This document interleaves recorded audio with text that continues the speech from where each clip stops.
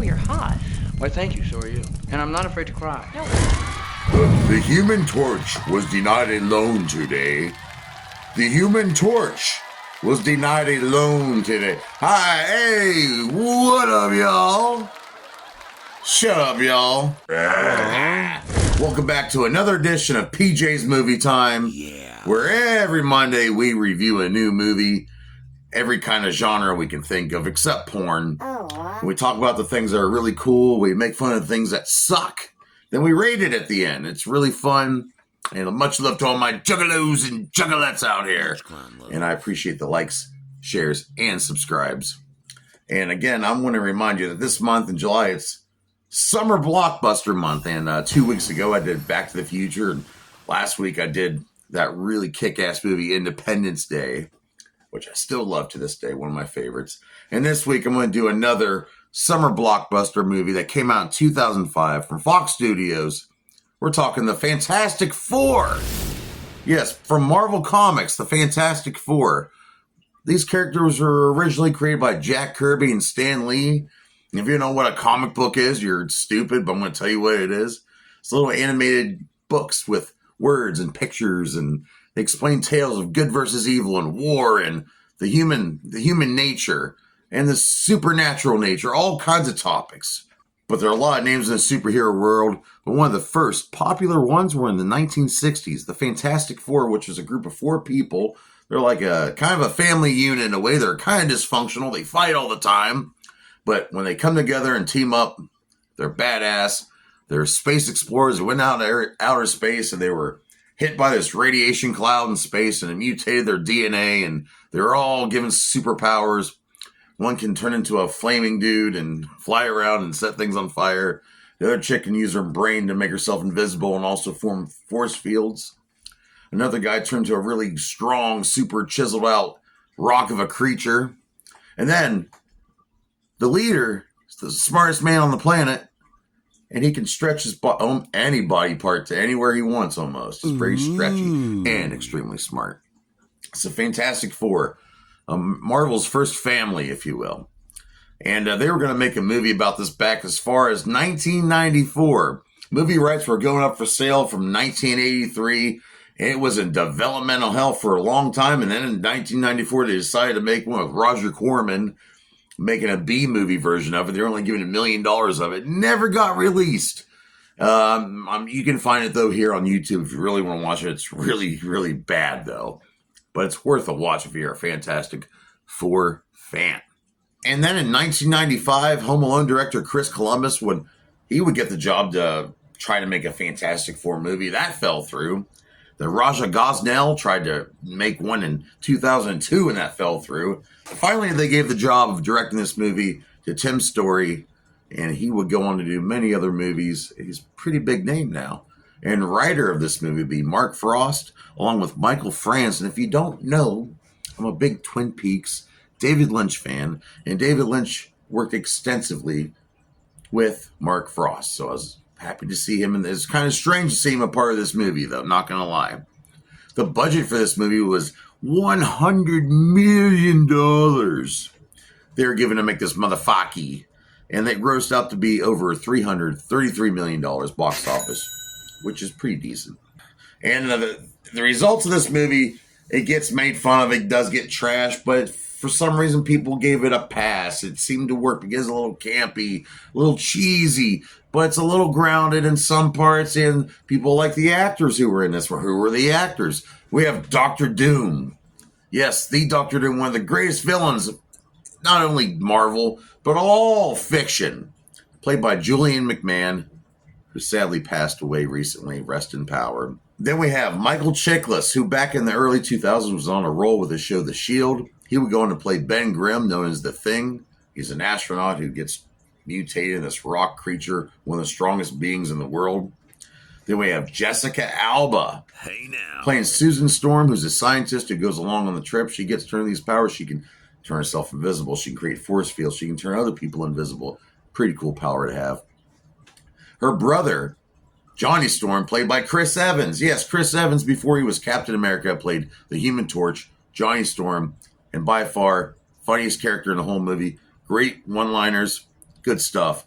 And starring in the movie, we have Ian Grufford playing Reed Richards, Mr. Fantastic, whose skin is like elastic.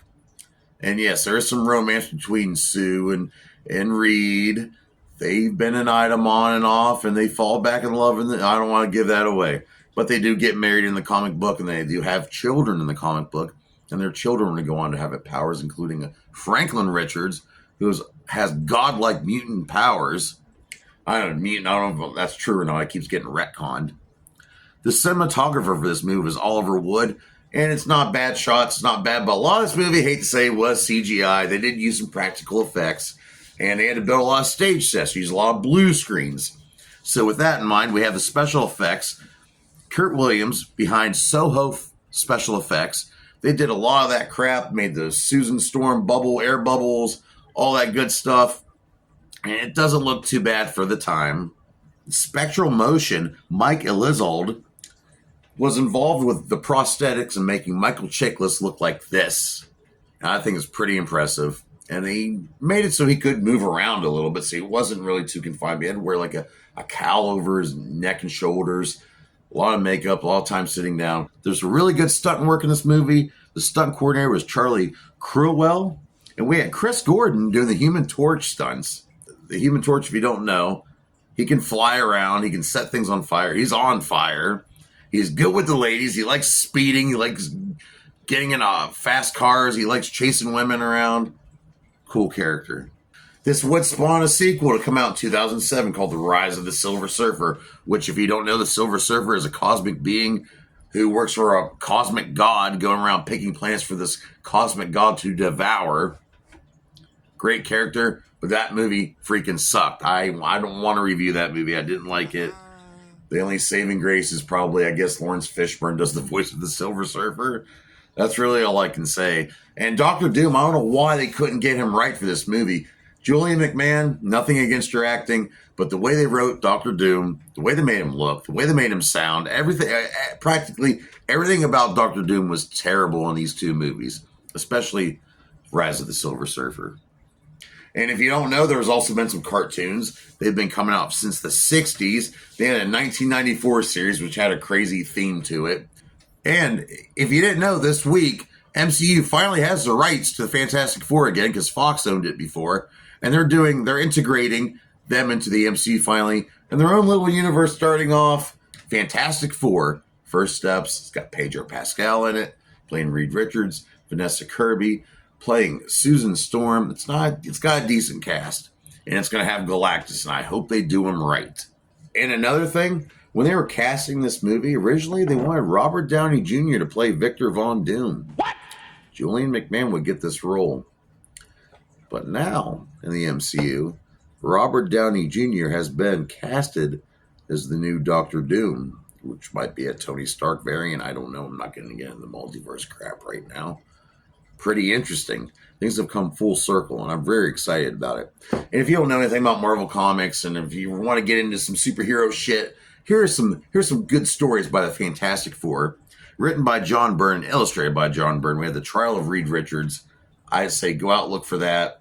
Get a digital copy. It's a really good read. The Secret Wars from 2015, that entire arc revolves around Reed Richards and Dr. Doom becoming an ultimate god, turning the multiverse into one planet. It's pretty freaking crazy. Then we have an old issue involving a battle with Namor, the Submariner, who you might have seen in Wakanda Forever.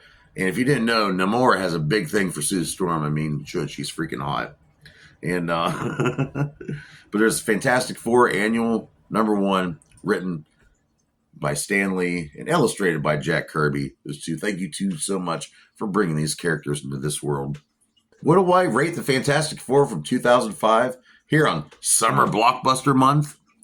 Well, it's iconic, and the movie did make money despite people making fun of it. The scenes weren't all that great in some parts. Some things were pretty cool, though. What do I rate it? I'm going to have to give it 2.5 out of 5 dog dicks. And that's an okay rating. That ain't too bad. But join me here next week. We're going to do one more episode of Summer Blockbuster Month here on PJ's Movie Time. I'm not going to tell you what it is, but it's going to be a scary movie. Yeah. Because guess what? There were some horror movies that were summer blockbusters. I think every time I say summer blockbusters, I'm going to get a hemorrhoid. That sucks. So I'll see you here next week on PJ's Movie Time. Take care of yourself, feed your kids, pay your bills, ignore that negativity, keep it to the side, and stay fresh, motherfucker.